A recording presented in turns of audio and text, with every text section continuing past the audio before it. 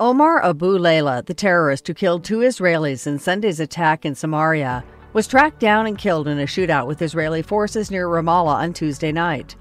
Prime Minister Benjamin Netanyahu said, "The long arm of Israel will reach anyone who strikes at our citizens and soldiers." The Shin Bet, Israel's internal security agency, discovered the terrorist's hiding place and sent a SWAT team in to capture him, at which point the terrorist opened fire on the Israeli forces, using an M16 rifle he had stolen from his first victim, an IDF soldier.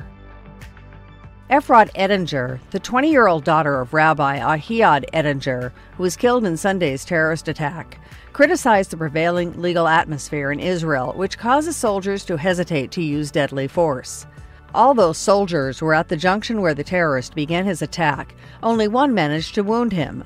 "I don't know what was going through the soldiers' heads," Efrat said, "but I do know that in our country there's not much support for soldiers who try and hit their target."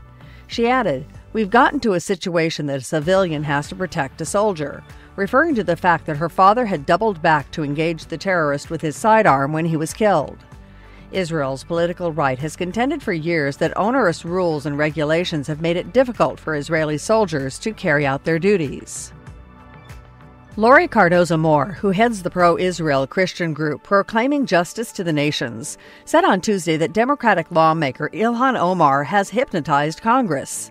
The evangelical leader's remarks were a takeoff on a 2012 tweet by Omar in which she claimed that Israel had hypnotized the world. Cardozo-Moore is circulating a petition demanding the Minnesota Congresswoman's resignation. Cardozo-Moore also criticized Fox News for suspending show host Jeanine Pirro for, quote, having the courage to challenge the freshman Congresswoman's allegiance to America after Omar questioned the loyalty of Jewish congressmen. 4 Israelis with special needs were inducted as full-fledged soldiers in the Israeli Defense Forces in a touching ceremony on Tuesday. The IDF makes an extra effort to integrate individuals with special needs into their ranks, finding that in some cases, those with special needs outperform regular soldiers.